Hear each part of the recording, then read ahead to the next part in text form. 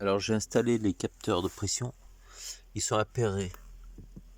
Donc dessus c'est marqué arrière droit, arrière gauche, etc. Donc là c'est l'arrière gauche, avant gauche. Et ensuite j'ai mis l'afficheur au tableau de bord. Alors il est livré avec une prise allume-cigare qui a un bouton marche arrêt dessus.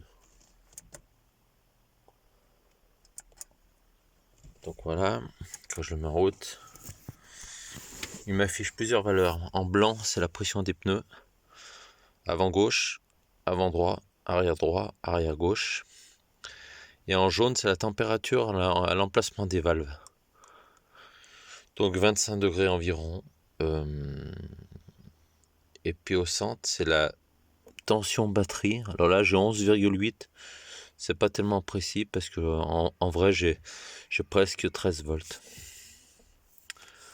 Alors j'ai mesuré avec un mano. En fait, j'ai 4,5 bars en réel. Donc il y a un petit écart de 0,2.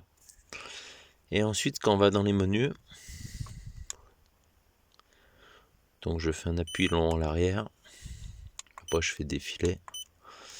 Là, on va trouver la pression maximum. C'est-à-dire que si un des pneus venait à surchauffer, si jamais la pression à l'intérieur arrive à 5 bar 5, donc 1 bar de plus que l'origine, il y a une alerte qui va se mettre en route. C'est paramétrable, je ne sais pas combien il faut mettre.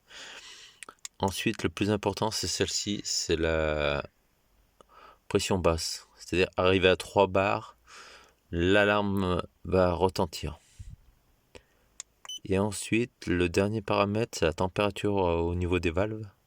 J'ai mis 95 degrés. Pareil, je sais pas combien il faut mettre.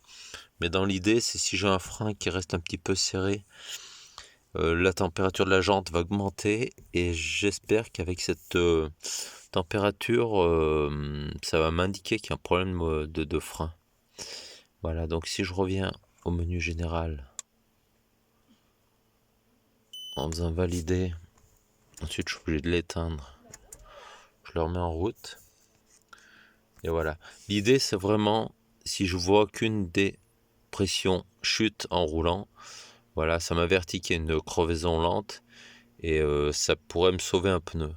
Le petit appareil coûte, je sais plus, 80 €. C'est rien du tout par rapport à un pneu. Voilà. Donc, il reste à le tester. Je l'ai placé à un endroit parce que j'ai vu dans les commentaires que les gens se plaignaient des reflets. Donc je l'ai mis à un endroit qui est facile à voir en face du volant.